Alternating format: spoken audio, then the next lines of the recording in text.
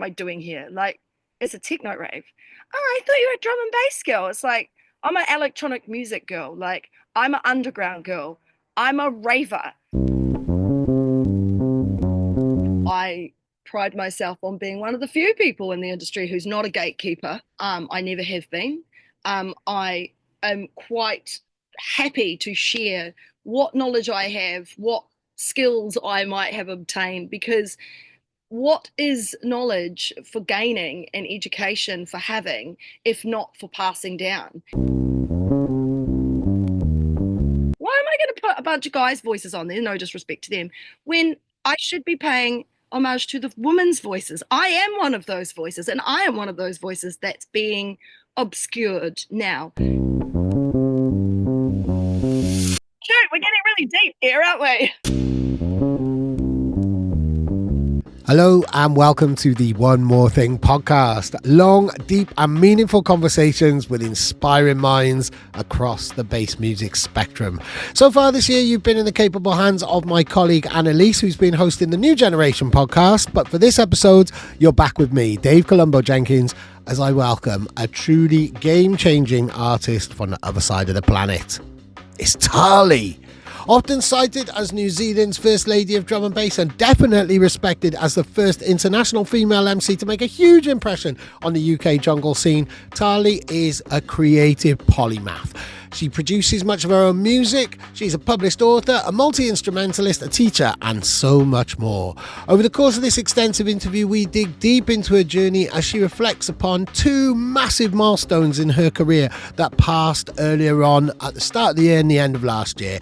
20 years since her debut album and 25 years since her debut MC gig. At the time of recording, December 2024, she was also celebrating the release of her most ambitious EP to date, the powerful Resistance.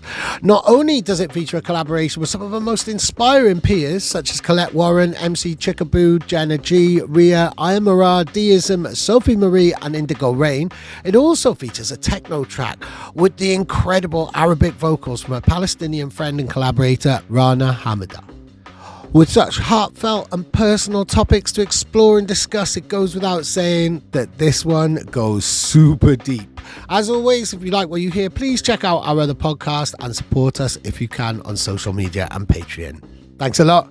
Enjoy.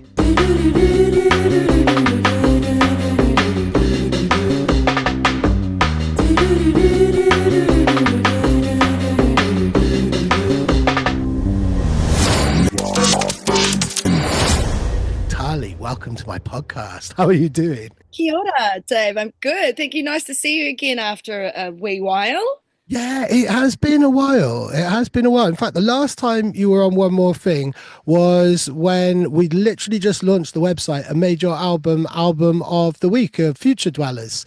And I think that was the last time we did an interview and you've been on One More Thing. So yeah, it's been like 2 or 3 years now. I think it was 2 years ago. Yeah, because that's when Future Dwellers came out. Yeah. Yeah.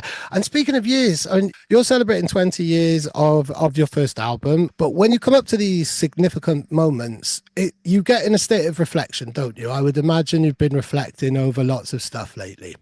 Yeah, definitely. I mean, it's not just 20 years since my first ever release. It's also 25 years since I first became an MC, since I did my first ever show. So It's kind of like, 25 years since I put myself in this crazy job, and 20 years since I first released Lyric on My Lip. But I've kind of been reflecting on it in different ways. So, like rather than doing a tour that's all drum and bass, I decided to do a live tour that's like reflecting my back catalogue and songs off my last 8 albums, that I've made over the last 20 years, rather than it just focusing on that 1 year. Because I kind of feel like I did that about 5 years ago. I did my documentary celebrating 15 years since Lyric on My Lip, and I did a documentary that was just specifically about that album. So the 20 years is more like, it's not just like, oh, what happened 20 years ago, it's what have I done in the last 20 years. So like 8 albums and like various music videos and tours and travel and all that kind of thing. So I've been touching on it a little bit by showing like the old Blazing video or the old Lyric video and talking about how those were made, but also doing this live and intimate tour. Yeah, looking back on other albums I've made over the time and stuff like that. Yeah. How's the tour going? Because it sounds amazing. Like, you're literally stripping things back, and it's, kind of like a real, almost, it sounds almost like a kind of jazz experience in a way, really, or It very is. intimate. Yeah. Yeah, it is. I mean, it's very different to like, I mean, I've had various incarnations of live bands over the years, as people know. The last live band that I had was an 11-piece band. It had like a string quartet, and we were really, going to town with some of the bigger numbers like Blazing and Airport Lounge with the strings and things like that. But for this one, I wanted to look back on my back catalogue, and I wanted to play a lot of the songs that people haven't even like heard really or don't even know or are not aware of the stories behind the lyrics. So I decided, yeah, to strip it right back. And it's just me, my longtime collaborator guitarist Harry, and my drummer that I've had for the last 6, 7 years, Cam, and it's just us three.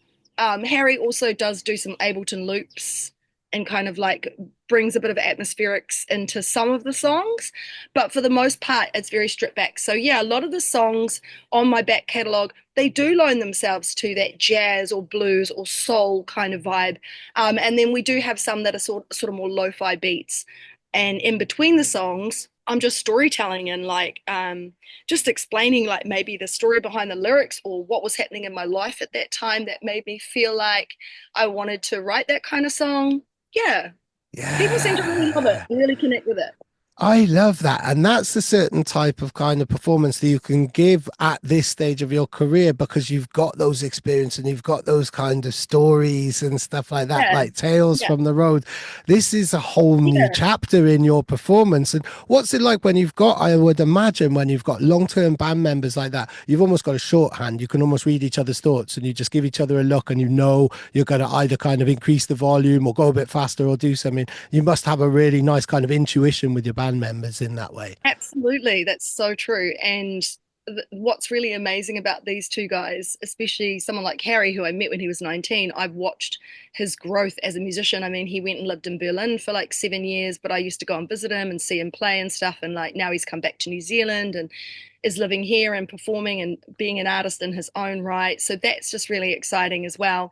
And then Cam, just honestly, like when I met him, I thought he was amazing, but boy, that dude on the drums, like after the first show I did in Auckland, everyone was just like, the drummer is insane.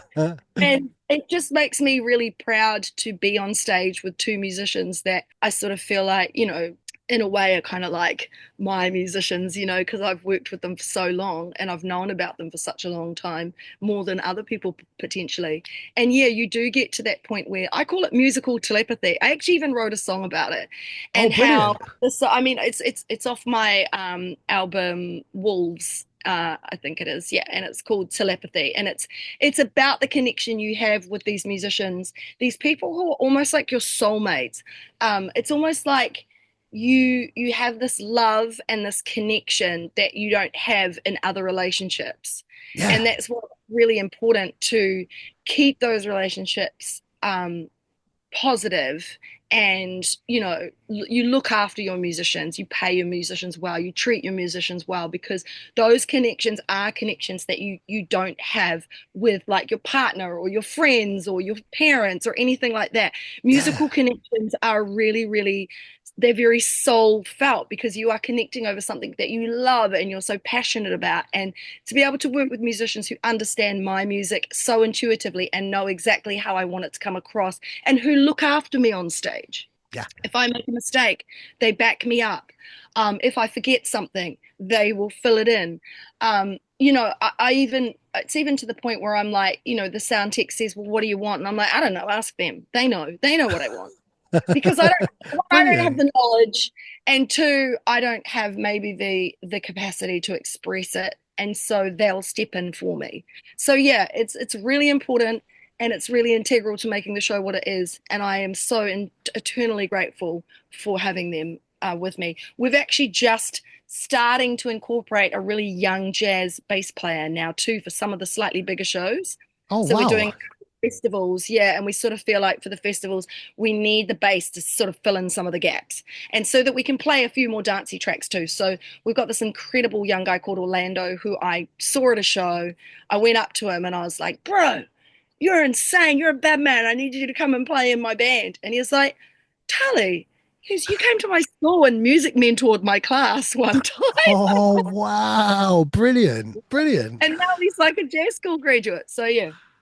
Wow. Isn't that really cool though, when you can go up and give somebody that type of invitation and literally kind of, open up a whole new door to them. That again, I think it can only come with tenure. And I do it with people that I'm mentoring at the moment for one more thing. And to be able to offer somebody an opportunity to go up to somebody and say, yo, I really like what you do. Come and work with me. Again, like it's such a great feeling. It's not something that you ever would get into your career to do, but it's a real kind of bonus to be able to help other people and open those doors, really, in a way, isn't it? Yeah, that is probably one of the greatest joys for me of being a musician. And yeah, having the tenure and the experience is that I'm able to pass on the knowledge.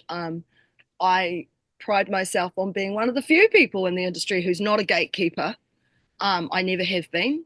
I am quite happy to share what knowledge I have, what skills I might have obtained, because what is knowledge for gaining and education for having if not for passing down? And as somebody who doesn't have children and isn't going to have children, for me, taking on that sort of matriarchal role as well as somebody in the industry, I think it's really important to be able to share your knowledge and pass it on, and not be afraid. Like, I don't know why people are so afraid of sharing knowledge. Oh, because that person might be better than me. Good. Yeah. Awesome. Like, great Yeah. if that's the thing What a you like. legacy, isn't Oh, it? Like, yeah. what a I'm like, legacy. If you've wicked. helped somebody and they've got better than you, then you've been part of that role. And then, it carries on, then it's a legacy. Higher success than you, but you were there helping them get there. If they're good people, they won't forget that it was you that got them there. And that for me is just as much of an important legacy as making music or doing a documentary or writing a book, all things that I've done and I'm proud of. But the things I'm really proud of are, yeah, the people that I've mentored and helped along the way, and in whatever capacity. Yeah. Yeah, definitely. I want to be remembered for, yeah, I want to be remembered for being a bad girl MC and someone who made some sick tunes, but I always want to be remembered for being a good person, a nice person, and somebody that was open and giving with their time. Yeah, definitely, definitely. And I mean, that kind of brings us really nicely on to the roll call of I would say, well, no, fellow trailblazers on the lead track of your new EP as well, isn't it? On Foundations. Yeah, so in case people want some context, the opening track of my new EP is called Foundations. And I mean, I'll give you a little bit of a backstory kind of as to why I have got the people on there, and what the inspiration was. So I basically I've got into this point where I'm a little bit bored of this very pop sound in drum and bass. It's not that it's not good and it doesn't have its place. That's not what I'm saying. It's just that I'm a little bored of it, and I'm a little bored of these overproduced tracks where women's voices are so homogenized, and like the sound is so homogenized, and the culture is just monopolized by the same faces and the same sound. And I just think it's killing rave culture, and it's killing the essence and the foundations of drum and bass. So that's the first part of it. So I'm a bit bored of that. Inspired me. I was like, I want to make a tune that sort of harks back to the foundations of jungle and the purity of the music and the scene. And when I say purity, obviously I don't mean like what was going on. I just mean in the way that it was portrayed and perceived and received. And so uh yeah, so I was like, I want to make a jungle tune festival. I want to make something with breaks, and I want to make something that harks back to the jungle tracks that I really loved when I first got into it. The soaring strings of Timeless, the electric guitars and like punchy drums of like Represent and New Forms and things like that, and various other things, Prodigy, various other things that were influencing my life when I first started. And so I was like, I also want to make a tune that doesn't sound super like structured properly. I want it to be a bit messy. Again, we have this formulaic drum and bass, and I make formulaic drum and bass too. I mean, we have to if we want certain people to play it or radio or whatever. But I'm actually kind of over that now as well. I'm like, fuck it, I don't even care if radio plays it or not. I know they won't play this EP, but so I wanted to make sure it was kind of, yeah, it's sort of just like messy, structure wise. It wasn't about whether or not the DJ had to think about it. If the DJ has to think about it if they want to mix it. Yeah. They can't Yeah. just be like, oh, it's just that they've got to think about what tunes are going to come in and mix and blend with this. Where is it going to drop? And I don't want it to be overproduced to the point where it sounds synthetic and just. Yeah, it's lost its organicness, and that's what I first fell in love with drum and bass for and about, was that organic, messy, we're just trying to find out what works with these machines and this technology, right? So Yeah. that was the thing. I wanted to make a couple of songs or a few songs that were like that. So Foundations and Superpower and Resistance all are kind of about that. Yeah, and then the third thing was that, okay, so I want to make a tune and I want to do it about foundations. And the other thing that I can see that's happening is that there is this sort of movement that's happening at the moment. Well, I wouldn't call it a movement, but it's where MC culture is sort of being devalued even more so than it always has been, to the point where MCs are becoming invisible. And the idea of an MC is just an extra expense that the promoter has to think about. Why get an MC when we've got a DJ who can just get on the mic and shout and yell and say a whole lot of whatever? And it makes me a bit hoo-ha. It makes me a bit, frustrated and angry. I sort of think, well, MCs are integral, like we're part of the foundations, and Absolutely. yeah, and voices, and so are vocalists, and vocalists shouldn't just be this like additional thing to someone's production or an additional thing to what someone's doing on stage. They are a connection between the audience and the song if you're a vocalist, or the audience and the DJ if you are an MC. So I was like, all right, I want to get on some people that, in my opinion, and I'm saying my opinion because there'll always be people who'll be like, why didn't you have blah, blah, blah on there? And when you put blah, blah, blah on there, and I'm like, I'm sorry, you go make a tune then with blah, blah, blah. This is my song, and I'm paying homage to the people that are the foundations to me. And initially, I started out thinking, I'm going to have Dynamite and GQ and Moose and Navi and people. And then I was like, hang on a minute, what about the women's voices? We're also at a stage, and I'm at a stage in my life where there's this backlash against women, and it's for us as women in this patriarchal society, it's two steps forward, well, one step forward, two steps back, whatever the saying is. And I was like, why am I going to put a bunch of guys voices on there, no disrespect to them, Mm. when I should be paying homage to the women's voices? I am one of those voices, and I am one of those voices that's being obscured now, and our voices deserve to be heard. So for me, when I first started emceeing, the very first female voice I ever heard on a mixtape was Lady MC, Kerry, aka Indigo Rain. Yeah. And she was the first voice and only voice that I first heard. And she was the first woman that made me go, oh, there are women on stage doing it over there in the UK. Okay, I'm going to do it here in New Zealand. I'm going to be the first to do it. And then when I got over to the UK, and I started playing out, I heard people throwing around this name, Chickaboo, and I was like, who is she? And I looked her up, and it turned out she'd been around even longer. Her Hmm. foundation are like reggae culture and stuff like that, sound systems, and working with people like Soul to Soul. So I was like, okay, and then obviously I started emceeing, and as I was coming up on the vocalist tip, Jenna G was coming up, and we became friends. And then not long after I started, Deism started, and then following in from behind her was Aya Mara. And then in terms of vocalists, Rhea came onto the scene not long Yeah. after. Um, and obviously there were other vocalists around. There was obviously Lenny Laws from Breakbeat Era. There was Honor Lee from New Forms, Diane Charlemagne. But to me, I mean, I didn't get to interact with any of them because they were like up here, and I was like, Yeah. I later did become friends with Diane before she passed, which was actually incredibly important to me, and something that I will take with me forever because Timeless is one of my all-time favorite drum and bass tunes, and Diane's voice was a huge inspiration to me as to why I should be a singer. Anyway, I've talked loads, but that was kind of why I chose. Oh yeah, and then when I went to America, with the second or third time I ever went to America with the Full Cycle Boys with Ronnie and them, I met this girl called Sophie, aka Sophie Marie, Yeah. and she was the first American female MC I'd ever met.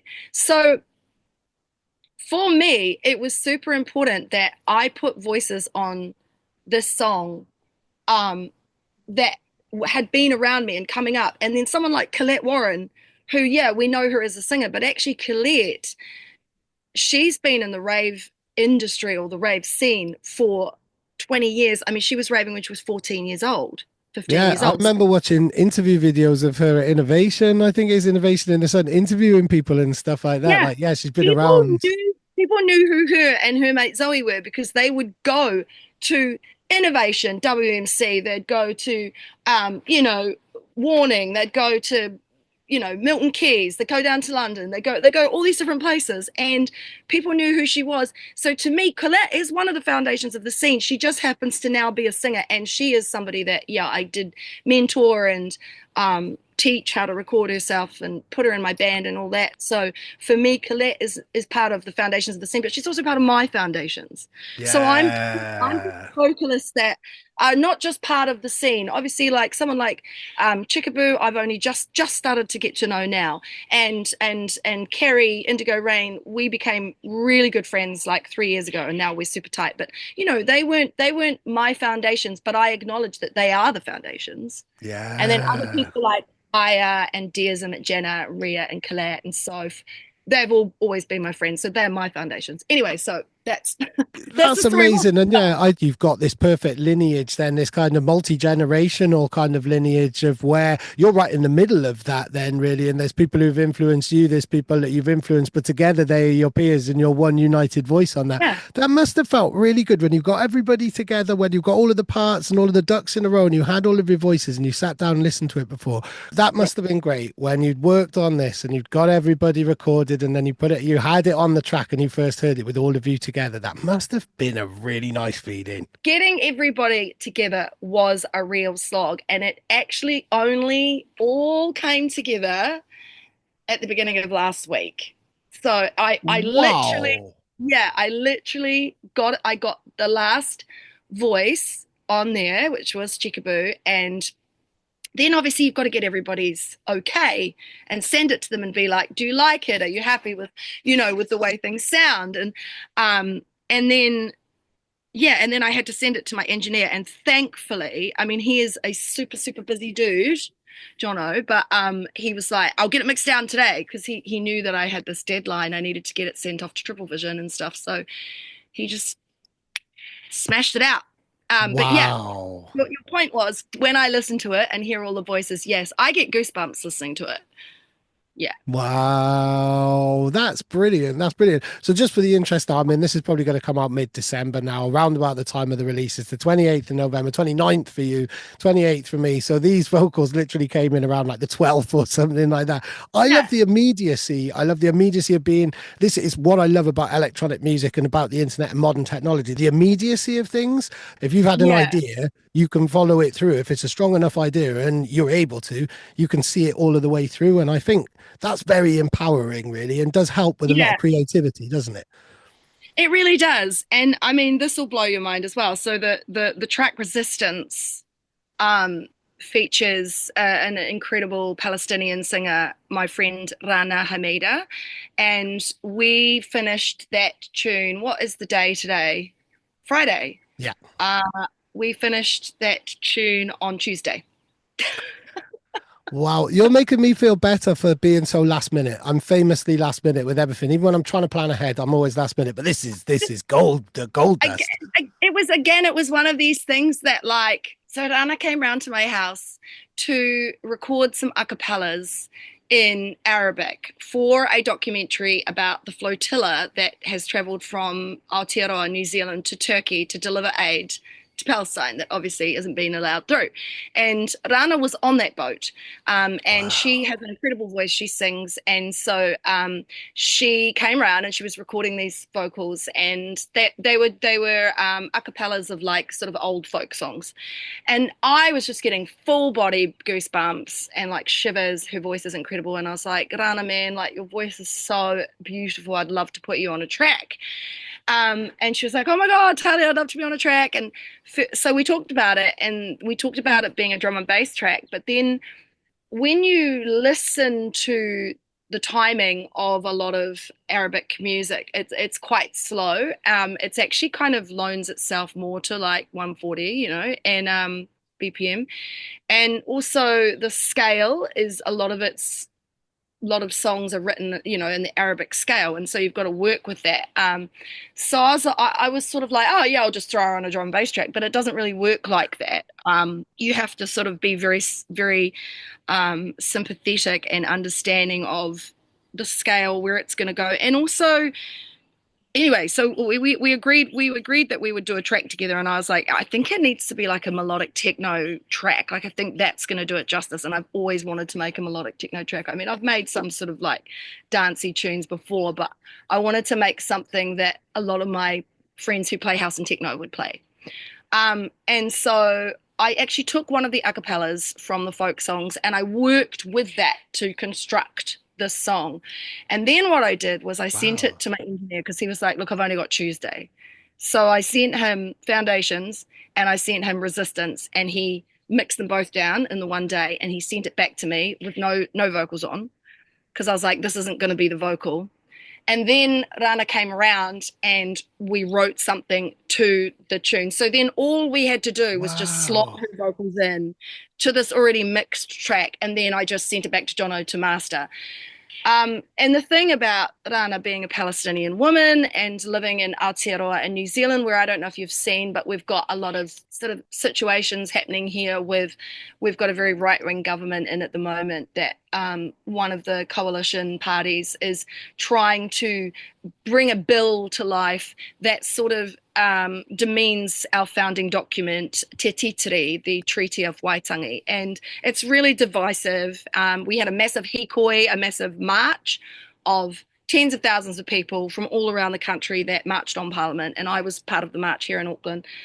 And so for Rana, she's like, I'm a woman who's, going up against things of being a woman and an immigrant and a Palestinian, and seeing what's happening to my country, and living in Aotearoa and seeing what's happening to the Indigenous people here and people in general, who live by Te Titiri.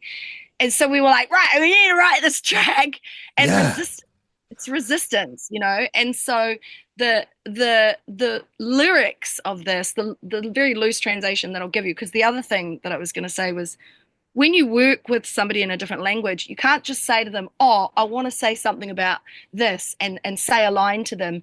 It doesn't translate exactly the same way. So they're gonna translate it in a way that, I mean, the way that she did it was way more poetic anyway, and way more beautiful than what I was saying. Um, so the loose translation is, you thought that we would be forgotten after destruction and famine. We lay underneath the rubble, and then we grew through it like the seeds of the olive tree. We are resistors and we are fighters in the feminine. But change cannot happen unless we do it together, together, together. So the words ma'an, ma'an, where it sounds like she's saying man, that means together, together. And then she said, like the sun that stretches across the land will touch everything, like the change will touch everything. And we are all like all rivers that lead to the sea, to the ocean. And then we were like, oh my God, like from the river to the sea. And we were like, wow, we were like, oh, we were writing it. So that's resistance. And I was like, well, that's got to be the title track of the EP, because that is Wow. so much of what is happening with me right now. As a woman, I feel this resistance, as a woman getting older in the drum and bass scene, or in the music industry in general, this resistance to this poppy, homogenized, commercialized sound that is taking over our scene and monopolizing our raves, resistance to what our governments are doing. To me, it's such a word that sums up who I am and where I am at and where so many other people are at the moment. Yeah, I'm really sorry to hear that, and it frustrates me to hear that we've almost regressed a little bit. Like you said, two steps forward, one step back. And I want to get Yeah, to age, like kind of age diversity is a huge thing for me. I mean, we're pretty much similar age. We're similar. We are the same generation. But yeah, explain the backlash, and that's frustrated me, and it's yeah, enlighten me there, please, and excuse my ignorance that there is a it's okay. backlash. I mean, it's not so much a backlash. It's more just like um, in New Zealand, particularly in this industry, there have been a couple of things that have happened, big things that have happened with, and this is what my track Suppression is about. The actual name of that track is Name Suppression. Uh, Right. and the chorus says, "While you hide behind your money and your name suppression." Yeah, I heard Uh, that in the chorus, and my yeah, mind started to boggle. But it's not about anybody that I was thinking because I was thinking of UK people. no, I mean it's not. But talking to my sisters in the UK, I know that there are some incidences that are happening the same way in the UK. I mean, they happen bloody everywhere, right? But in New Zealand, we've had a couple of like somebody, especially who's like very prominent promoter, puts on these raves, acts like he's a family man, a community man. Obviously, I can't name him because he has name suppression, but he got found guilty of attempted rape, and but there was lots of other cases that came against him. Anyway, he just got sent home with an ankle bracelet, and it absolutely boggles the mind that somebody like that then was still going out to the festivals that he puts on with his ankle bracelet on, covered up What? obviously with Yeah. trousers. People were filming him and being like, "Oh my god, I can't believe that is here. He's supposed to be at home on home day, but he was happily walking around, still going to board meetings for his festivals, still making money." I mean, that is how rubbish the justice system is here when it comes to perpetrators like this. Wow. And then Yeah. recently, And that does sound familiar, not within music here, but that just sounds like a horribly familiar story, and it's not fair, and people should be no, tasked and you know, responsibly in that type of way. there's been other situations as well. Like I had to deal with. I had a young female musician come to me recently who was really distressed and was like, "I feel like I can talk to you about this person." And she told me about this person in the music industry who was part of a duo, not in drum and bass, but in the electronic music scene. So it's still very close to home.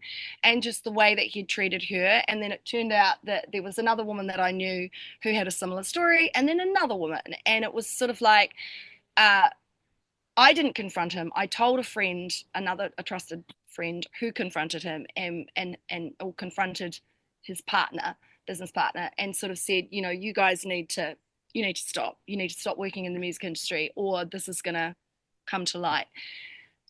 What happened? Well, one of the guys left the duo, and the other duo, the perpetrator, just replaced his mate and is still carrying on playing shows. And I'm like, what the heck? Like, this is just no, like this kind of behavior and the way that women are still being abused and controlled and spoken to in the way that we are spoken to is just, it still happens. And the thing is, yes, there's loads of progress and we see all these positive things, and that's great, and yes, we should focus on these positive things. But the thing is that so many people are like, "Oh, you're just so negative, all you're doing is focusing on the negative stuff." And it's like, well, I wouldn't focus on the negative shit if it wasn't still happening. Yeah, Like, totally, totally. like, you think just because what do you want, a fucking cookie? Because we've got a few positive things happening out there and some great steps have been made towards diversity. Oh, let me pat you on your back for having a diverse lineup. Like, good for you. Like, whatever. It should just be the norm. We shouldn't be ticking boxes. And,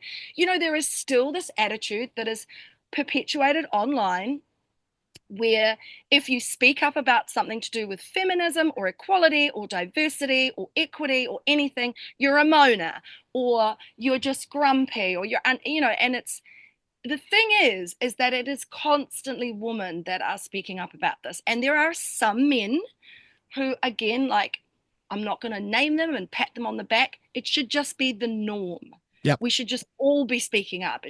But it's often left to women to be the ones who say something, and then we're the ones who get the rape threats, the hate mail in our DMs, and then unfortunately we've got this new generation of young people who are looking up to, you know, very disgusting, disdainful men as role models who are, yeah, creating these sort of like attitudes that women should be back in the kitchen, and people like Trump getting in and stuff. So, I mean, Yeah, or abortion, like the Andrew Tates of the world and all of that I didn't kind want of to say his name, horrible, but he's such a piece of horrible. shit.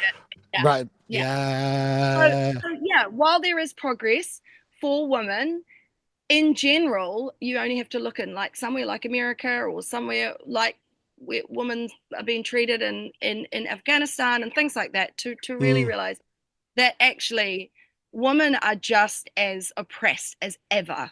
There'll be someone who'll look at this interview with me and be like, oh, there she goes, talking about feminism again, or da da da da da. And like, like we're not going to continue. It's like saying that black people shouldn't continue to talk about racism. It's like saying immigrants shouldn't continue to talk about the way that they are devalued and treated when they enter a country. It's women shouldn't continue to talk about the way that we are oppressed and die at the hands of men on a daily basis.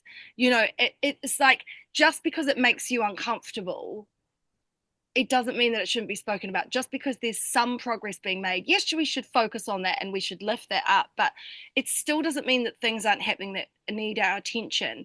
And I think that when people are uncomfortable with me talking about the way that women are still being treated and devalued and spoken down to, if people are uncomfortable with that, I think they are the problem, and they need to really dig down deep and ask themselves why it makes them uncomfortable. Are you uncomfortable because you're bored of hearing about it? Then do something about it. Yeah. Does it make you uncomfortable because you don't see it?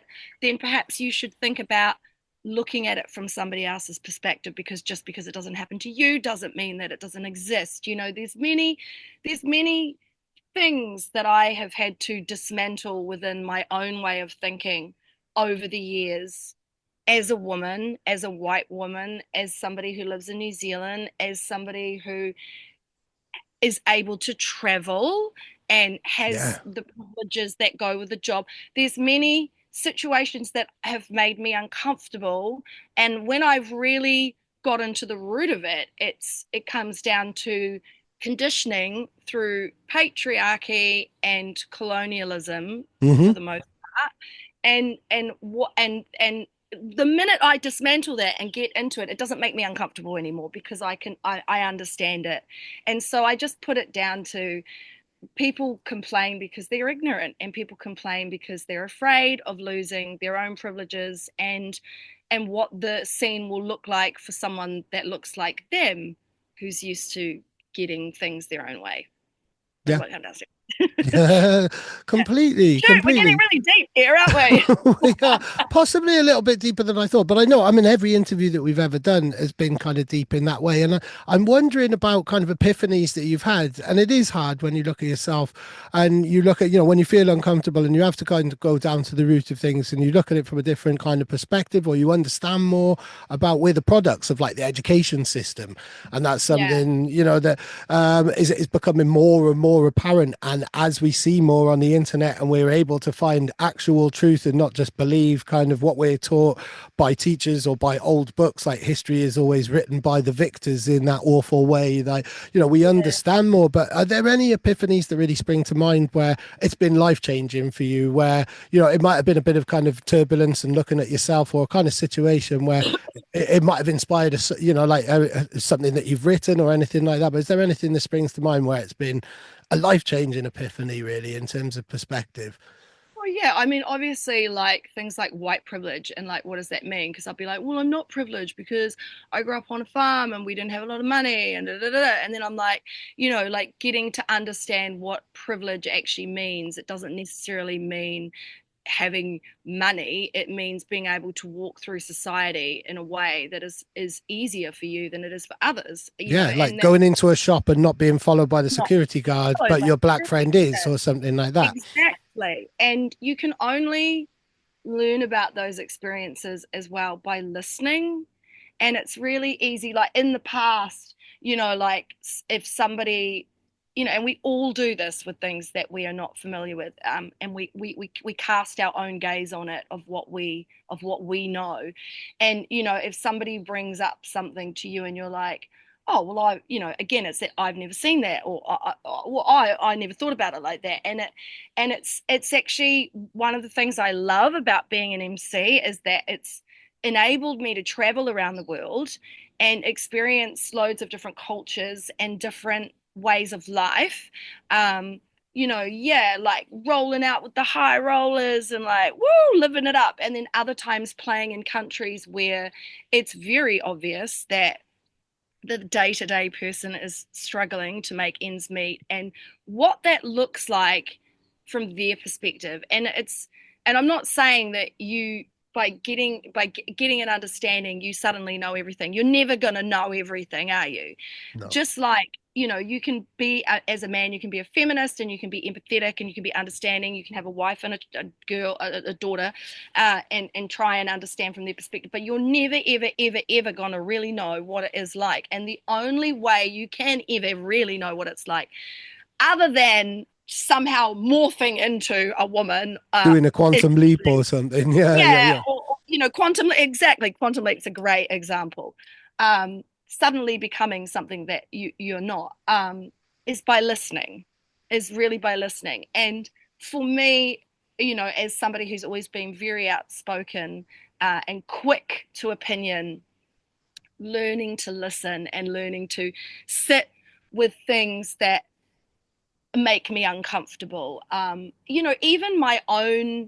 Even my own misogyny, like that has been instilled into me over the years of like how I should look and how I should be, and that it's not okay to age, and just like the beauty industry and things like that. And finding myself at times judging other women, and then and not publicly necessarily judging other women, but in my head. Mm. And then actually the other voice in my head going, whoa, whoa, whoa, like, why are you thinking that about that person? Like, I I may not get why they need to do what they do and behave the way they behave, choose the choices that they choose, but that doesn't mean that that isn't right for them, and that doesn't mean that it's that I have a right to judge that person as being something a certain way just because society tells me I should. Yeah. And so, I mean, that's really awakening. Like, obviously, it's quite obvious that you're going to have those thoughts about colonialism and white privilege and stuff. But when you're a woman who prides themselves on being a feminist, and Yeah. and then all of a sudden you catch yourself saying these things and doing these things, it can be really confronting, but it also amazing because that is what helps you grow and evolve as a person. And that is one of the beauties of getting older, and people always say it, oh, when you get older you get so much wiser and all this and this and this, but it's truth. It's really true that happens, and I'm grateful for that. Yeah. So yeah, I believe that's called unconscious bias, isn't it? When you Yeah, do that, it's unconscious bias when we're conditioned in all of these different ways. I mean, the colonialism is like a really obvious one, isn't it? But then yeah. there's all these things that we kind of have through tropes in stories and these kind of, and it's because of all of these stories, which have obviously all been told by men over the years, that it creates this unconscious bias that you don't even realize. And it's, people don't assume, like, yeah, you never assume a woman to say that they have misogynist attributes, but you do because of all of these messages that we have kind of growing up. You come to these kind of conclusions, and it is a case of actually trying to. We are in the process of rewiring our brains, aren't we? Essentially, and removing those Colonizing biases. decolonizing our minds, because obviously colonization is a big part of why patriarchy exists. So it's this whole thing of decolonizing our minds, and especially like living in Aotearoa with a large, our indigenous culture is Maori, and so you know most of my friends are Maori, and so the whole idea of decolonization shows up in so many different ways, and it's super it's super enlightening. It's awesome because to me it shows that I am evolving and growing as a person. And like I said, like that's one of the the things I pride myself about getting older. But taking it back to the music, for a minute, like with a song like Resistance, for example, Rana was like, "Oh, I'll teach you the Arabic words and you sing it." And I was like, "What? No, like, why would I sing it? Like, the perspective is yours. Yes, of course, I understand the feminine perspective, but it's I want you to tell it because it doesn't make sense if I tell it." But I mean, there's definitely been songs that over the years have reflected things that I've become aware of. Not even like within myself, but just things that I've seen happening in the world. So like my song House on Fire that I wrote with Monica and Akuratite, that is about climate change. Um, I can't think of any. Oh yeah, I can. In the Darkness, that's a song I wrote about animal welfare because I'm vegetarian and well, pretty much vegan. So there's been songs that I've always written that have had a political slant or something about injustice. So I find it funny if anybody comes into my inbox and it's like, you should just stick to the music and stop being political online. I'm like, do you even know me? Have you obviously never even listened to my music? Like a lot of my music has social justice themes and things to do with the environment, etc. Yeah, definitely. And I think that's a theme for a lot of my kind of favorite MCs and vocalists anyway, really. You're able to give, kind of enhance a message from the music. I mean, drum and bass and jungle is an act of resistance to the mainstream, really, in its best form, definitely. And then you're actually able to kind of amplify that. And it's the beauty of MC culture, really. And as you said earlier on, like an integral part of this culture over any other dance music genre. Drum and bass and jungle isn't complete without an MC. You said something which stuck with me, and it's something that I've read. I read a post by Vision Obi recently, and he was saying he really misses the days when he turned up to a booking and wouldn't know who he was playing with. Just get to the club, and you're right, you're hosting for this DJ, and this DJ. But there's a new trend now of a lot of producers that now come through who have their own MCs, and they just bring their own MCs, and it's kind of homogenize the culture a little bit in a way that I think that might be more in the kind of UK with the people of the younger generation who've broken through, but there's less Yeah, of a just booking a bunch of MCs as the host for the night. It's like, right, okay, yeah, you're with Foxy tonight, or you're with Viginobi, or you're yeah. with Moose, or whatever. Yeah.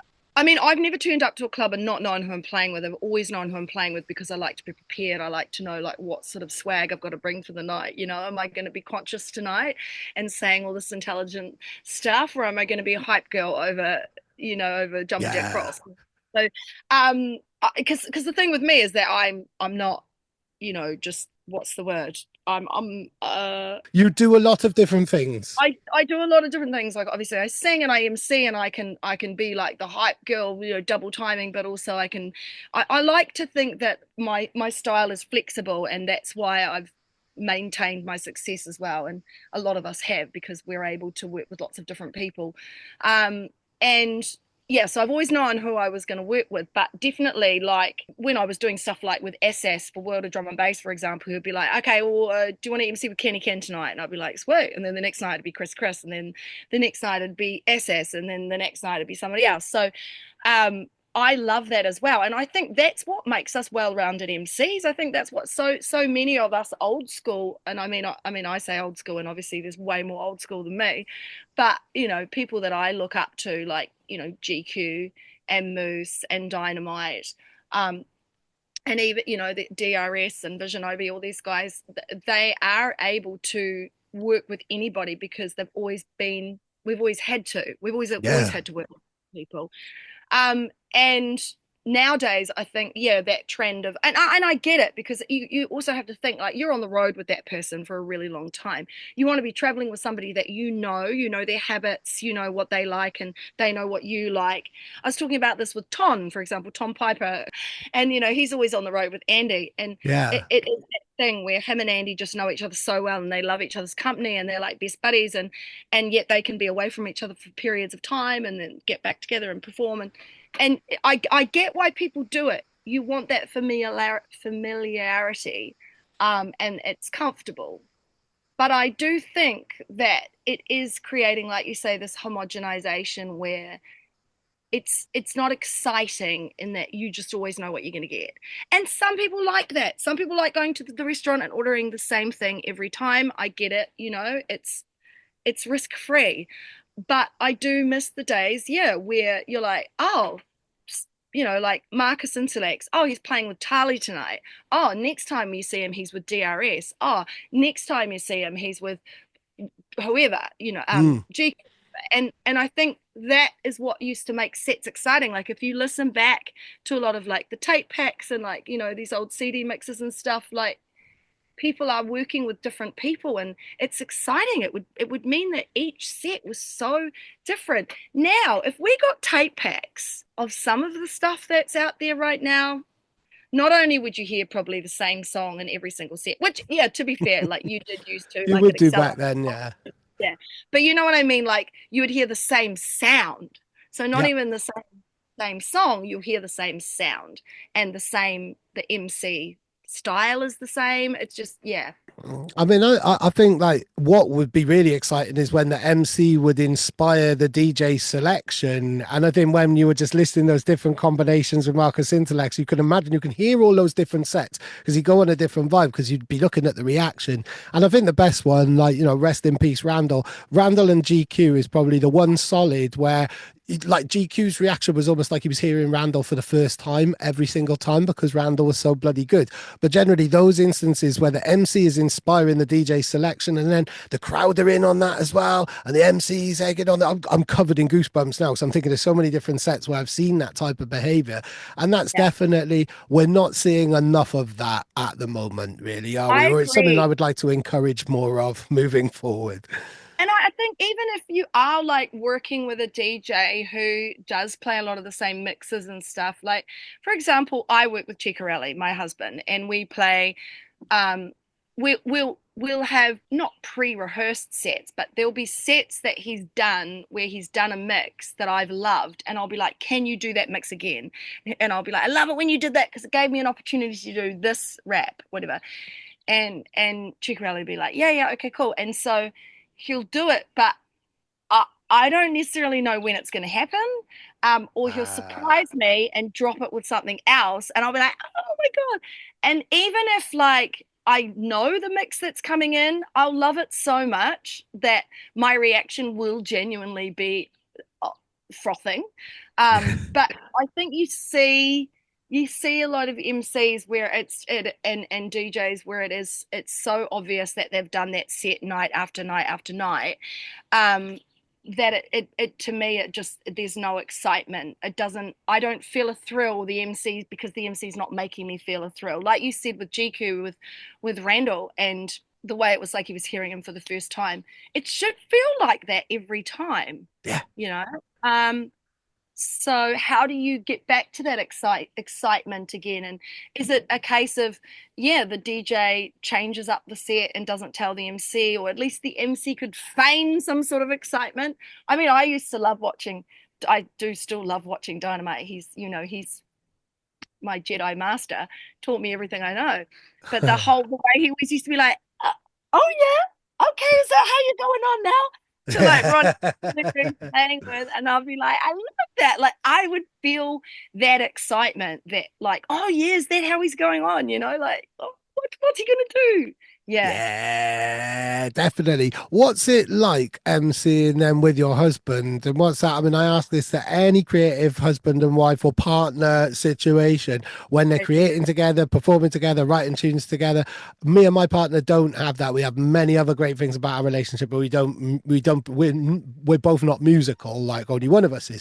What is it like then when you're playing together? That's got to be such an awesome bond, like, beyond kind of DJ and MC in so many different ways. And that telepathy that we were talking about earlier on, that's got to be there in full effect. I mean, it's slightly different in terms of the telepathy because we're not creating on the fly. Yeah, you're We're not always jamming together. You're not actually kind not of playing jamming. instruments There is together. definitely a difference, and I would be very careful to compare a live playing with a live musician to playing with a DJ. But Yes. the thrill is the same for sure.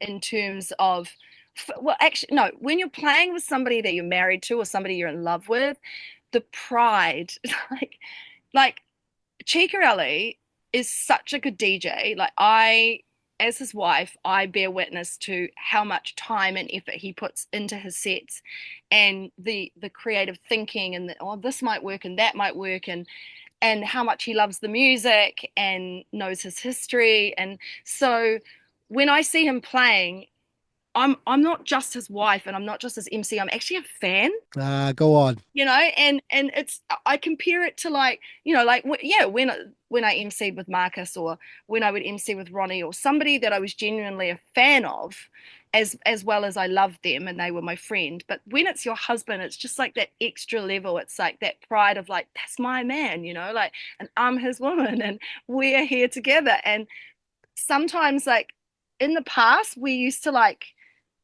we could tell people didn't know we were husband and wife, and we would kind of just play off that, and we'd have this whole thing where we sort of like, you could see there was this connection, but people didn't necessarily know we were together. And then right Uh, at the end of the set, I'd be like, everybody makes some noise with my husband, and then I'd give him a kiss, and you could literally see like 1,000 hearts breaking. oh, Because brilliant. he's married. Oh, they're together. That's that's mainly the younger crowds who don't know. But yeah, it's the sense of pride and the sense of, we're in this together and we're doing this together. And I mean, bro, like, we get to go around the world together. Like this year we did Bali, we played Locust, and we were like, we're in Locust together with like some of our best mates playing drum and bass. This is amazing. And then Yeah. we're at Liquidity together, and we're like, we're the only New Zealanders on this lineup, and we're a husband and wife team. And just sharing in those things. I mean, initially there might have been some friction sometimes where I was just like, why have you done that mix? Or he'd be like, why did you say that thing? And so we had to establish, like, what the boundaries were and what made the other person feel Right. not comfortable. Yeah, for sure. Because, like, we'd come off and he'd be like, oh, did you like that? And I'd be like, yeah, but why did you play blah blah blah? And he'd be like, don't bring me down. Why are you saying that? Like, that's not what I want to hear. Me, typical Sagittarius, like, just blah. So I've had to learn to be more thoughtful, and yeah, what's best for the situation. We talk about the mix later, but yeah, we get off stage, we hype each other up before we go on. We get off stage, we give each other a cuddle and big each other up, and yeah, there's nothing like it. But in saying that, he'll have other people MC for him, and I will obviously go off and MC with other people too. And sometimes it's nice because it means you miss each other, and Yeah. you miss you miss what you have. So it's actually great for the relationship and other aspects too. Yeah, yeah, yeah, definitely, definitely. Kind of that time away and then coming back and comparing notes and things like that. I mean, who besides Ciccarelli then? Who's your dream lineup? If someone was to say select your lineup, who you're going to host for, who would be? And are there any DJs who you've yet to host for one reason or another, who you've always wanted to? Oh, shoot. I mean, I've already MC'd for a couple of my dream DJs, and one of those was Marcus, rest in peace. But I did get to perform with him, and I got to MC with DRS at the same time. So that was Oh, pretty amazing. wow. That was in Canada. That was a long time ago. It was hilarious because me and Dal were both really high, and and I wasn't even meant to be MCing for Marcus, but Dal was like, come on stage with me, please. And we just had the best time. That was pretty incredible. And I emceed for Makoto a couple of weeks ago, and that was pretty special. I really do love emceeing with him. He plays for me like quite an ideal set. But Mm. I've got to be honest, I am a tech roller girl, and there are certain people that I would love to MC for. I mean, I'd love to MC for Scotty, Doc Scott. I'd love to MC for Skeptical. I would love to MC for um Sustenance. um, I'd really like to MC. I mean, I'd really like to do a track with Strategy. He's one of my all-time faves. Oh, Um, love strats. I Yeah. he just there's something about him, his delivery, his just the timing, the his tone. The he's actually rapidity of it is the speed and the clarity. Like there's some MCs where you just know straight away, just one word, and it's like that Strats straight away. Like he's he's just like a bullet from a gun, yeah, and yeah. like semi-automatic, blah blah blah. To me, that's strategy. Like, and I when I listen to him, I get excited, and I am inspired by him. He definitely has inspired certain deliveries on certain tunes. Like the tune 233 I did, which is a 140 track I did with Paige Julia. I don't know if you've heard of Paige Julia. Yeah, Yeah, incredible. yeah, yeah. She's killing it. Yeah, he's incredible. 140 in jungle. DJ from here in New Zealand. We did a tune for Truth's label, Deep, Dark, and Dangerous, 233. My delivery on that, 100% inspired by strategy. 100%. Wow. Um, I mean, just to even be able to MC next to him on the same set would be sick. Who else? I mean, I've always loved him sing for Marky. Again, he plays just those Polar and Bryson. I emceed for them at Sun and Bass last year, and it was one of my favorite sets ever because again, they play things that I like. They play a mixture of vocals, liquid, a little bit of dance floor, and some tech rollers, and that is exactly what I love. I mean, there's so many people that I still haven't emceed with that I would really love to. Um, I can't think right now. You put me on the spot, but yeah. Oh, massively, massively. But it's really excited to hear. Like, I was unaware of how much you love the kind of techie rollers. I never would have expected you to say Yeah. skeptical or something like that. And I Yeah. guess this is the side of you now, because I mean, we talked about your many roles and the many things that you do. And Resistance now is on Rain Records, your own label. You've released a lot of your own music for a long time. You being a label owner is no new thing, but it kind of feels now maybe with this EP and stuff like that, is the label going to become more of a focus, or is this another area of the industry and creativity and curation that you're going to explore perhaps next year or kind of moving forward in the next part of your career? Well, a big part of why people start labels is because they get frustrated that they can't get their music signed to other labels. Yeah. And and something that I've really noticed in the last couple of years is a lot of labels are being less and less uh open to submissions. I feel like a lot of labels are getting more and more particular about their sound. Um, so they create their little clique and their little crew and their sound, and that's cool. But now what I'm finding is some of the labels that I used to think were sort of boundary pushers and labels that I would be excited to hear what was coming out on. I'm finding I'm less excited by what I hear now because the sound is actually all starting to sound the same. Because Yeah, they're becoming oh, quite conservative. Like if we weren't recording, I'd list a couple of labels, and I reckon we're probably thinking about the same ones. I'm yeah, not going to say them, but yeah, there is a conservatism with labels at the moment, I think, really, and with the artwork and with everything, there has to be this uniformity, and I think it's because then people will recognize as people identify straight away on social media because you've only got a minute to make that okay. impact. And I get it. I mean, I get it. Everybody, it's like a brand. It's a brand. It's like, you see the YSL logo, you're like, it's Yves Saint Laurent straight away. You see the F's interlocking, it's Fendi.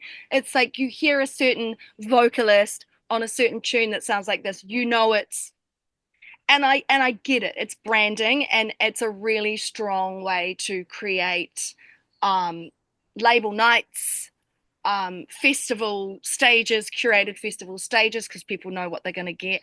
But you know what?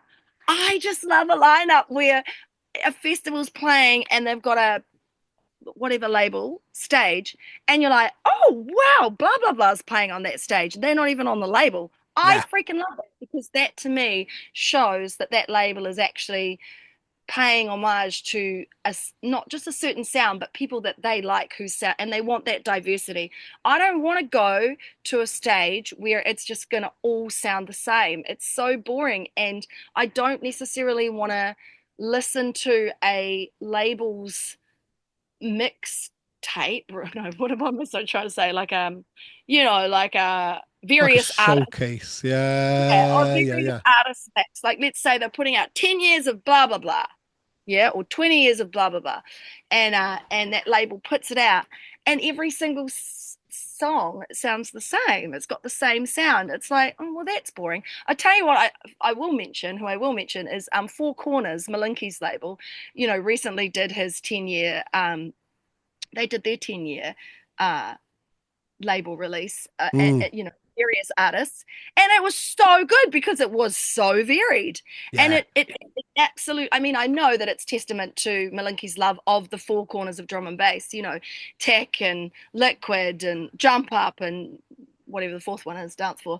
I don't know, but every song sounded different, and there were different vocalists and different MCs, and it was such a joy to listen to. Yeah. And so Yeah. this is why people start their own labels, and this is going back to your question. This is why I started Rain Recordings, because I was getting frustrated that either with every submission that I sent to each label, I would get the same reply: "Oh, it's really great, but it doesn't fit our sound." Or, "Oh, wow, Tali, your production's brilliant on this, but it doesn't fit our sound." And I'd be like, that's bullshit. It totally fits your sound. It sounds just like the track that blah blah blah did, and I would get so frustrated because I would be like, what, maybe they just don't like me. I don't know. But that's when I was like, having this conversation with somebody. I can't even think who it is now. Maybe it was Sustenance, whoever, but no, because it was years before that. I can't remember now, but they were like, start your own label. This is why I started my own label. And I was like, oh, okay, that's a really good idea. So the idea with Rain Recordings is that not only do I get to have a platform for my music, but I can put out whatever I want as well. Like, I can put out whatever I think. Rain Recordings doesn't have a sound. The only sound that is Rain Recordings is I'm the producer. So it can be whatever I want. So, Yeah, yeah, and you I can even just, put out melodic techno records of Palestinian singers, and you can literally do whatever you like. That complete yeah, freedom and not feel trapped by your own parameters in that way. Like no, literally, you're as free as you want to be. exactly. I mean, yeah, there's various people I've talked to over the years, like Lensman, for example, when he started North Quarter, said the same thing to me, Substance with his, and it really does kind of show that actually the most exciting things that are happening now are these smaller independent labels where artists are creating labels so that they can push outside the box and do things that are different. And those are the things that I think we should be focusing on more than just celebrating these big labels with the same homogenized sound. We should really be celebrating and applauding that people, because it's scary doing your own label.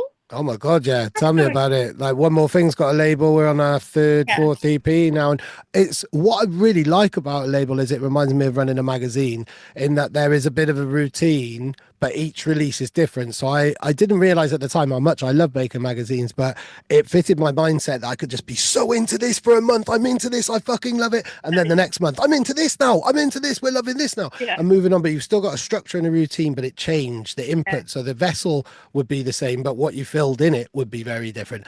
And that's similar with the label in terms of kind of having a bit of a cycle, talking to the artist, but every artist is different. Every release is different. What can we do to promote this? What editorial can we create around it? What content? yeah. And it's that kind of there's a routine, there is a structure, but it's as free as you want it to be. And that really, really excites me, really, of a label. I didn't like the curation, again, a bit like mentoring and helping people.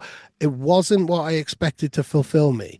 It wasn't, and I love it when stuff just kind of sideswipes you and it's like, oh my God, I'm getting a real buzz off this. And I wasn't doing it to get a Yeah, buzz, but this is really fucking fulfilling. This is really wholesome in a way. And like, yeah, it's why you won't see a lot of the big labels on One More Thing. It's why you won't see a lot of the kind of big headliners on One More Thing. They've had their time, they've had their spotlight, they're doing their own thing, they've got their own money and their own weight behind them. I'm here for the underdogs, really. And that is the way more exciting thing. It always has been, really, about yeah, any form of culture, really, isn't it? That's where there's less absolutely. pressure.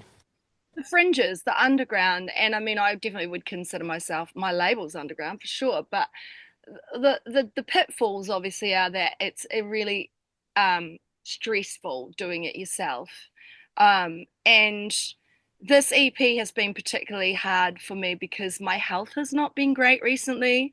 Um, and I I have like fatigue because my health is not great.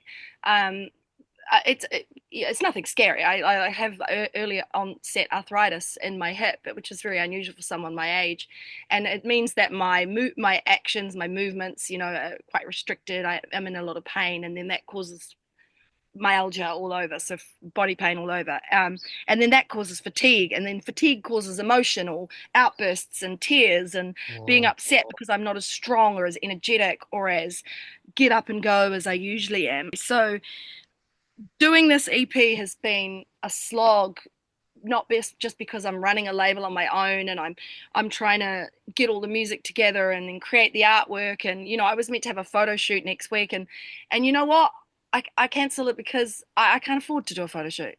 I actually don't have the money to pay my engineer and get it mastered as and do a photo shoot, so I'm just not doing a photo shoot. Like, there's certain things where you have to, like, not cut corners, because I would never do things by halves, but you have to prioritize what is important. and Hmm. and and then on top of that, my health is shit and I'm tired all the time and I'm struggling emotionally, and I'm probably perimenopausal because of my age. So there's all these things compounding it, and it takes a lot out of you. And then when you put that release out into the world and you don't get any sort of acknowledgement, or no big DJs play it, or it's really disheartening and it's really frustrating. Like, I mean, I just put a release out a couple of weeks ago, 3 weeks ago, two really sick tunes on my own label. One of them's called See You Never. It's a jump up tune. Well, it's not quite a jump up tune because I would never make a full jump up tune, but it's bordering on, because Hmm. I like a bit of jump up. It's like sort of got liquid elements and jump up. Listen to it anyway. It's called See You Never. And then the other tune is produced by this drum and bass hotshot Rover, who's responsible for that track Need Your Eyes on Me, that was getting play from like Chase and Status and stuff. And we did this quite poppy tune, Give Me What I Need. I was playing it in New York and Bali and Europe, and it was going off and people loved it. Put it out, and I mean, I couldn't even get Georgie FM, the local electronic and dance music station, to playlist it. In fact, they gave it one play and then that was it. And I mean, radio shit anyway. And I've got all these opinions about that we could go into. But It's only George FM is the only station that I know of. well, it's In commercial. It's commercial dance station. So they play a lot of like Dimension and Wilkinson and Becky Hill, and it's dance floor. It's mainly dance floor, and occasionally they'll play like a Lee Matthews tune or whatever. I'm not gonna badmouth them because there are people that I know that work there. But in terms of being a commercial radio station, they are very homogenized and they don't support a lot of local music. They'll give it a play, but the quota in New Zealand for each commercial station is 20% New Zealand music, which is nothing. And 8% of that, I think, is female music. So wow, wow. it's pretty shocking. And there are all sorts of statistics and data that I have that I could use to back that up, but I'm not going to because that's not what this is about. But I've got friends who work in that statistical data collecting realm who've given me some pretty incredibly embarrassing facts about the New Zealand radio. But that aside, my tune didn't get playlisted. And so when your own, we've got student radio, thank God. Student radio and independent radio networks will play my music. But other than that, it's very difficult to get music played in New Zealand. And so then what you're relying on is streams, obviously, or playing shows and raves. And then when you've got certain promoters who are monopolizing the scene and crushing local promoters and booking the same people all the time, that obviously makes the scene smaller. And then if you're relying on streams, here in New Zealand, our music industry is so small that we are obviously competing with hundreds of thousands of millions of people from other countries who get prioritized over us. And so it's very difficult to put music out in New Zealand, and especially electronic music, and be seen and be heard and be just validated, you know? Yeah, yeah, yeah. So that's another reason why I started my own label, because I was just like frustrated. There's very little in the way of electronic labels here. you've got to look sort of overseas. And then again, you're competing with blah blah blah and blah blah blah. Blah blah blah is getting a lot of airtime on this podcast. Yeah, I mean that's it's really interesting. So I mean, because you posted about a situation which we've since talked about now in this podcast. I thought you were referring to a UK situation because your description there of New Zealand could also you could just swap New Zealand and UK, but just UK's got a hell of a lot Yeah, more right. people in it. Yeah, I think the population of New Zealand is probably the same as Wales, maybe like three five or million. 4 million. Five Right? Yeah. million. So it's, yeah, 3.5 million in Wales. So we're just like this little kind of annexed area on the side of England, and that's huge. So you then, I thought you were referring to a UK situation, but that must be compounded. It's because of the small amount of people there. This is literally boys' club on like a huge level, really, isn't it? In that type of way, or it shrinks things so much that there's not even any opportunities anymore in that type of way. And Yeah, it's I'm being very I'm kind of brushing over. I'm summarizing a very complex situation there and very crassly, sometimes it but makes it does feel like that. yeah, and I mean, there's definitely times where I'm like, would it be better if I was living in the UK and trying to do what I do, or not trying to because I don't try, I just do it, but it does feel very trying. Um, if I was in the UK or Europe and doing what I do over there, because it's quite easy to sort of feel, for example, Chicarelli and I going and playing Europe, and we supported Dimension in Hamburg. We would never get booked to support Dimension in New Zealand. Even though we're like an incredible duo and crowds love us, we wouldn't get booked to support Dimension here. But in Hamburg, we got booked to support Dimension. The promoter was like, "Yeah, I want to have some, diversity on that lineup in terms of sound." Because obviously we're more sort of liquid tech rollers and Dimension's very dance floor. It worked so perfectly. Like we smashed it. We were an awesome opener for him, and then we played with Technimatic in Berlin. And then in Liquidity, we were on the same stage as Rhea and Colette and June and like all these like really Krakota, all these different people. Lensman was over there, Alex Perez was over there, Etherwood was there, and it was just wicked. We felt super appreciated. We felt validated.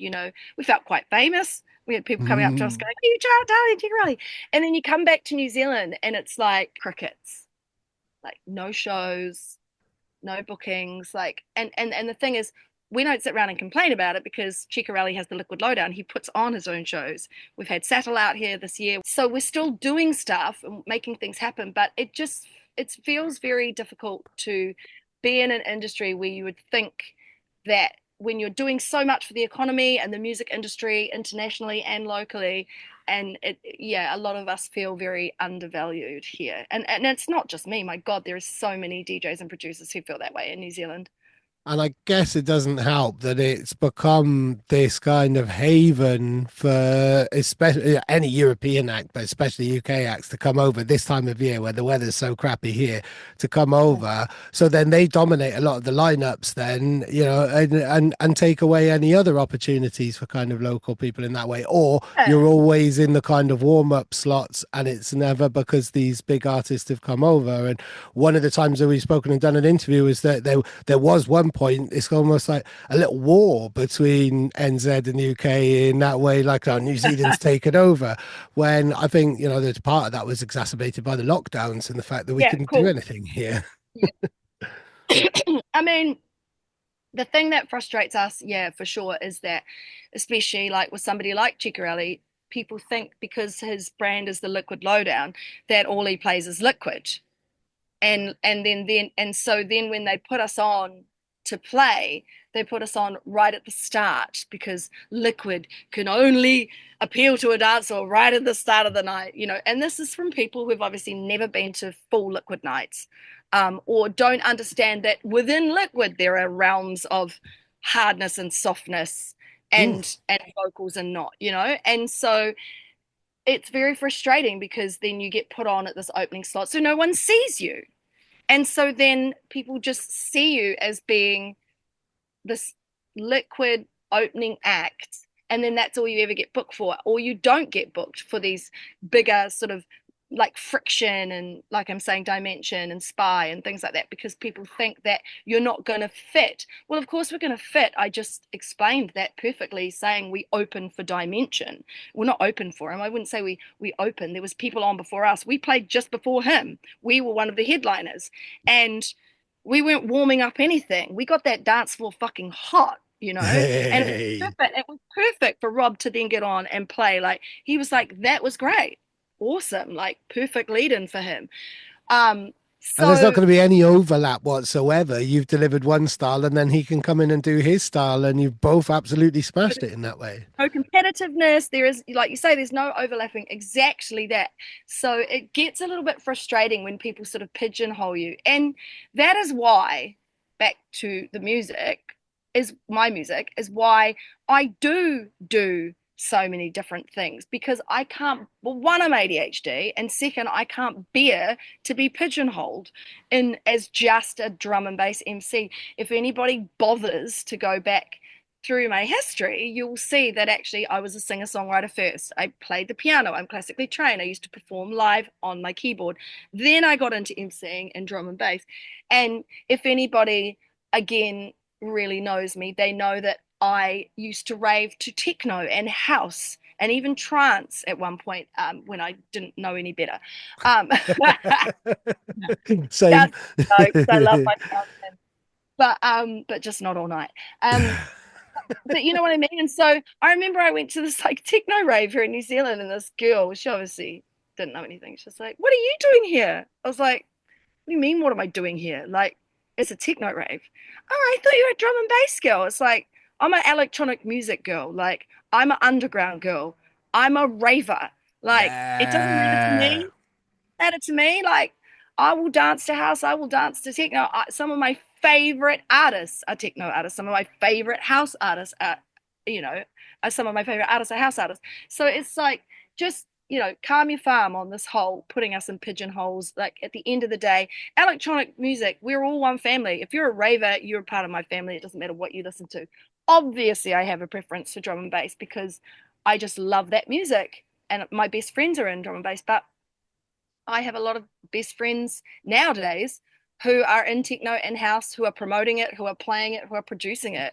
Mm. So that's, I love that. So that's why I'll always make different genres. I'm influenced by all sorts of music, and I am a complex and ever evolving person. Yeah, definitely, definitely. And what happens next in the evolution, kind of as we wrap up? What genres would you like to explore more? What do you feel is uncharted territory for you? I feel like as I'm getting older, my voice is loaning itself more to more soul vocals, really. And I mean, I've always had a soulful voice, like I've always had a husky and a big voice.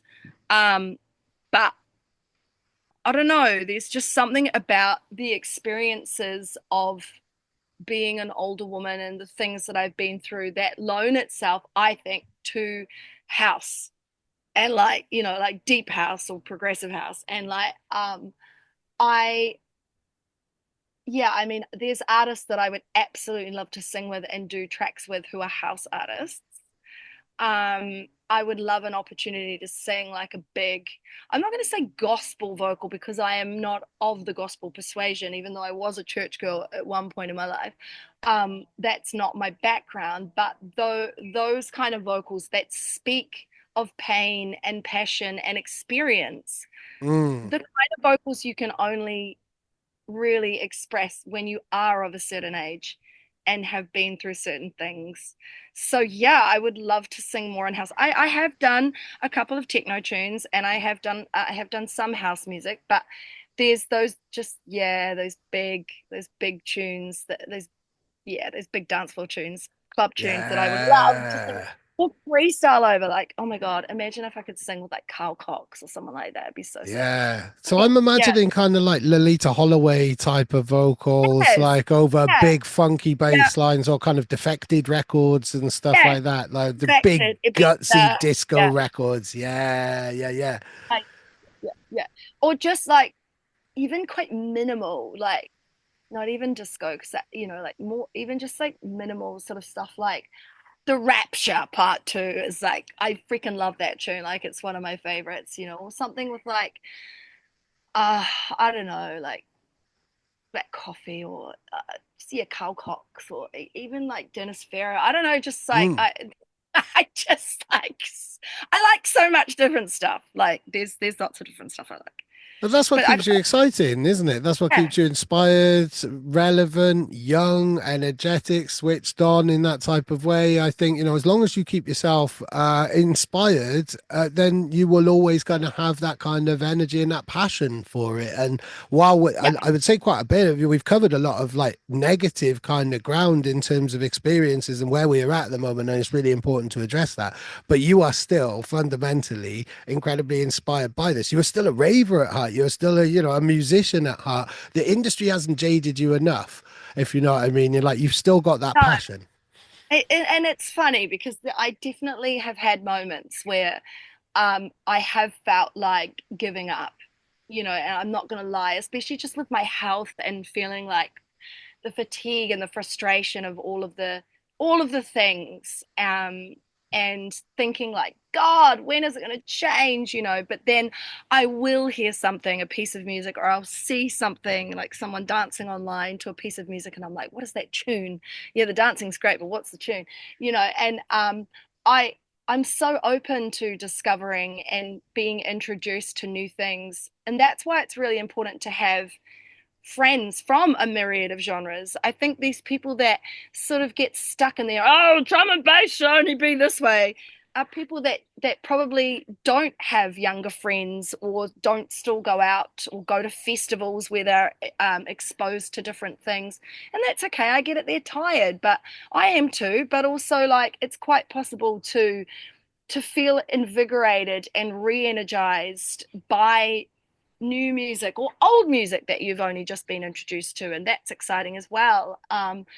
And yeah, just keeping your friendship groups and the things you do um, varied, and I think that stops things getting stale. Like I have friends who are older than me, I have friends that are a lot younger than me, like 20 years younger than me, that I'm like hanging out with and going to raves with and making music with.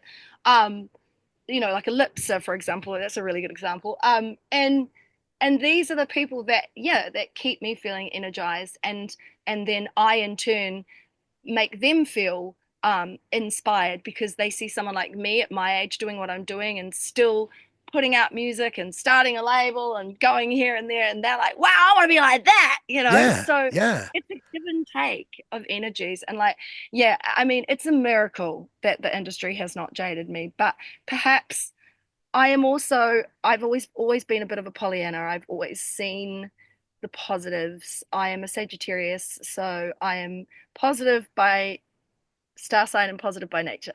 Um, yeah, I love an adventure. I love an adventure. yeah. Go on. That's brilliant. And long may these adventures continue. And I look forward Thank to the next time you tell me about your adventures and we share this energy. I think it's been an awesome conversation. So thank It you very really has. I much. love chatting to you. It's so great. You're such a great interviewer and a really awesome person. And I'm really glad you like the EP. And I'm just so appreciative of you giving me the space and the time to talk about it and a whole bunch of other things. Yeah. Oh, brilliant. I've really enjoyed it. Well, I'll leave you to it.